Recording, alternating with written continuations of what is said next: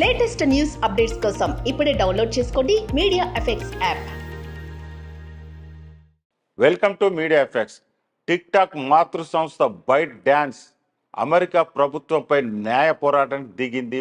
Byte dance tick టాక్లో తన పెట్టుబడులు ఉపసంహరించాలంటూ తెచ్చిన కొత్త చట్టాన్ని సవాల్ చేస్తూ కోర్టును ఆశ్రయించింది.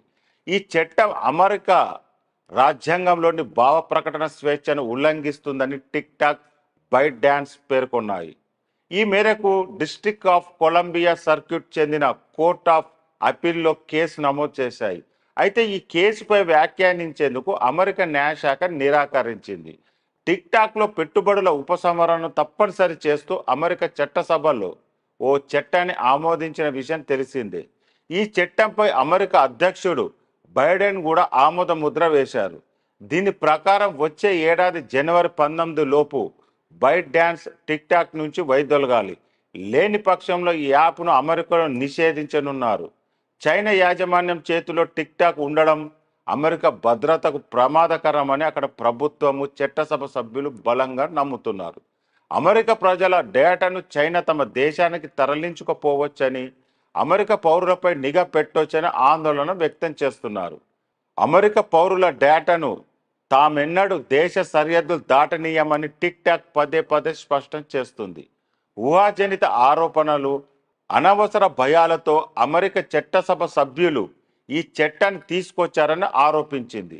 చరిత్రలో తొలిసారిగా అమెరికా కాంగ్రెస్ అంటే ఎగువ దిగువ సభలు ఓ వాక్ స్వాతంత్ర వేదికపై దేశవ్యాప్తంగా శాశ్వత నిషేధం విధించేందుకు సిద్ధమైందని బైట్ డాన్స్ తన కేసులో ఆరోపించింది. వాణిజ్యపరంగా, సాంకేతికంగా, చట్టపరంగా పెట్టుబడుల ఉపసంహరణ సాధ్యం కాదని తేల్చి చెప్పింది.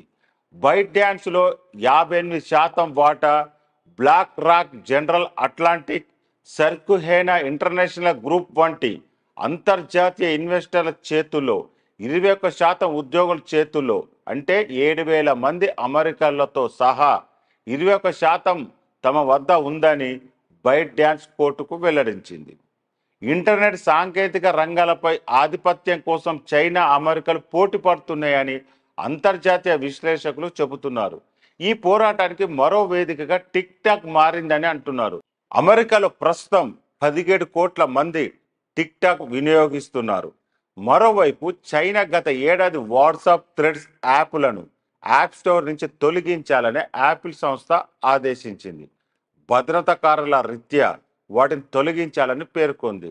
ఇక టిక్ టాక్ అమ్మకానికి అమెరికా, చైనా అంగీకరించిన దీని కొనే స్థాయి ఎవరికైనా ఉందా అనే సందేహాలు కూడా వ్యక్తమవుతున్నాయి. టిక్ టాక్ సోర్స్ కోడ్ మొత్తాన్ని అమెరికా తరలించేందుకు సాఫ్ట్వేర్ ఇంజనీర్లకు కొన్నేళ్లు పడుతుందని కూడా టిక్ టాక్ తన కేసులో కోర్టుకు తెలిపింది.